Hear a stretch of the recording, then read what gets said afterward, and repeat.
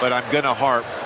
This team is not a great three-point shooting team, but Nikola Jokic is a great passer. Who holds the key to the NBA's most valuable player title this season? Look no further than the towering presence of Nikola Jokic. As the hardwood stage heats up, it's increasingly clear the MVP race is firmly in Jokic's capable hands. We've seen ups, downs, twists, and turns, but when it comes to the MVP race, it's been pretty chill until now. For like 80% of the year, it's been the Nikola Jokic show. Like, they've been dominating the court like it's nobody's business. Every website, every ranking, every basketball guru out there has had Jokic sitting pretty in that top spot. It's like he's been holding court all by himself. Jimmy High Roller, the heavyweight champ of NBA YouTube, claimed that Luka Doncic is not only in the MVP race, but he's also gunning for that title of the best player in the whole world. The NBA drops its weekly recap of the MVP race. Is it still Jokic's throne to lose, or is Doncic really giving him a run for his money? It's like a cliffhanger in your favorite TV show, except this time it's all happening on the hardwood. Doncic has been lighting up the scoreboard like a 4th of July fireworks show. 25 plus points in 9 straight games. That's not just good, it's legendary. Flashy highlights and big numbers are just part of the equation. According to the bigwigs, Luka needs to pull his squad out of that dreaded play-in tournament territory if he wants a shot at MVP glory. What's the deal with Doncic in 2024? Well, it's totally possible for him to have a killer season individually, even if the team isn't sitting pretty in the standings. Luka's about to show the world what dominance really looks like. Doncic is coming for that crown. Luka Doncic is out here having one of the sickest offensive seasons of all time. We're talking about dropping buckets like it's nobody's business, making defenders look like they're stuck in quicksand. He's ranked 5th in the MVP race behind Tatum. In the last 20 years, MVP winners have been all about that top seed life. We're talking 18 out of 20 had a top 3 seed, and a whopping 13 out of 20 were sitting pretty at the top of their conference. Remember Russ in 2017 and Jokic in 2022? Those guys are the exceptions to the rule. They've proved that sometimes you don't need that shiny top seed to snatch that MVP crown. Russ in 2017 was a season for the ages. His squad notching up a solid 47 wins in the Wild Wild West. That's no small feat.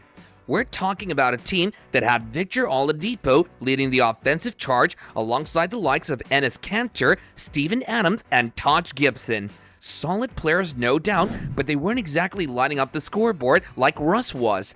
Russ was straight up fire that season.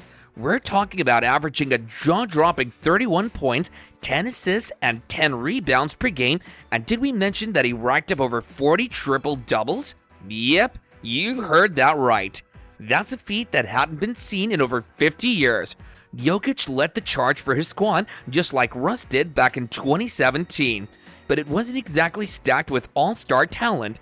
Take Aaron Gordon, for example. He was a cast-off from Orlando just like Oladipo was for us. And yet, he ended up being Jokic's best scoring option on offense. Jokic had guys like Will Barton, Monte Morris, and Bones Highland backing him up.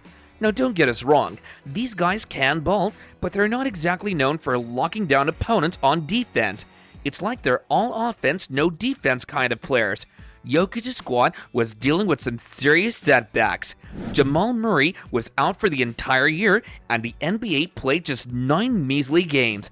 Despite all the odds stacked against him, Jokic still managed to shine bright like a diamond. He took his team to new heights, carrying them on his back through thick and thin. Just like Russ in 2017, Jokic in 2022 proved that you don't need a roster full of all-stars to clinch that MVP title. Sometimes it's the underdogs who rise to the occasion and steal the show. This season, Luka is straight up ballin' with a combined total of 53.2 points, rebounds, and assists per game. 53.2. That's the highest combined total since the legendary Kareem Abdul-Jabbar was tearing up the court over 50 years ago in 1972. When you're winning games and putting up MVP caliber stats, well, let's just say you're in pretty good company. Just take a look at the players near the top of this list. They've earned that MVP title for their Herculean efforts on the court. Kareem missed out on the award in 1973, but he already had back-to-back MVPs in the bag from the previous 2 seasons. Luka Doncic isn't just playing basketball, he's rewriting the record books one stat at a time. And with numbers like these, well, let's just say the MVP trophy might as well have his name engraved on it already. It's Luka's world, and we're all just living in it. James Harden in 2019 came second in the MVP race. He already clinched that title in the previous season. Just look at Trae Young in 2020 putting up a combined average of 43.2 points, rebounds, and assists per game. His squad didn't even sniff the postseason. It's like putting up big numbers in a game of empty stats. But in the 2010s, MVP winners like Steph Curry and Derrick Rose weren't just putting up big numbers, they were leading their teams to glory. We've got guys like De'Aaron Fox and Tyrese Halliburton, they're putting up solid numbers, but their teams are barely scraping by in the playoff race. Luka Doncic may be balling out of control every season, getting better and better with each passing game. Maybe his squad isn't exactly lining up the standings like a Christmas tree, but that doesn't mean he's out of the MVP race. Recent history has shown us that MVP voters aren't afraid to break the mold and reward exceptional individual performances, even if it doesn't translate to team success. Take a trip down memory lane to 1987 when a young Michael Jordan was tearing up the court like nobody's business. His squad setting the world on fire with their win-loss record. But did that stop voters from recognizing his sheer dominance on the court? Absolutely not. Sure, some might argue that back then, winning 40 games wasn't exactly MVP material. Even in the 80s, voters realized that individual greatness transcends team success. Magic Johnson and the legend of Michael Jordan. Let's dive into the MVP race of 87 and 88 and see what the hoopla is all about. Magic Johnson leading the charge for the Lakers, racking up wins like they're going out of style. Just casually winning a cool 65 games. Now that's what we call dominance. And when it came time for MVP voting, it was no contest. Magic snagged a whopping 65 out of 78 first place votes. The plot thickens in 88. Enter Michael Jordan, fresh off a season where his squad saw a bump in their win total going from 40 to 50 wins. Sure, his individual numbers might have taken a slight dip, but when your team is making moves like that, well, it's hard to ignore. And that's exactly why Jordan walked away with the MVP trophy in 88. His team's improvement spoke volumes, overshadowing even the likes of Magic and his Lakers' stellar season. Remember when Nikola Jokic took home the MVP trophy in 2022? His squad didn't exactly light up the standings, finishing with just 48 wins and the 6th seed in the West. But hey, his numbers were off the charts, his advanced metrics were through the roof, and his individual performance was nothing short of legendary. And when it came time for MVP voting, well, let's just say the lackluster win total was a mere afterthought for many voters. Luka Doncic is putting up numbers that would make even Jokic blush.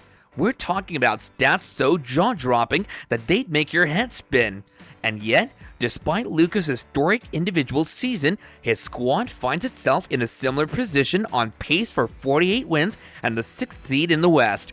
Russell Westbrook's historic MVP win back in 2017. Well, we mean, averaging a triple-double for an entire season?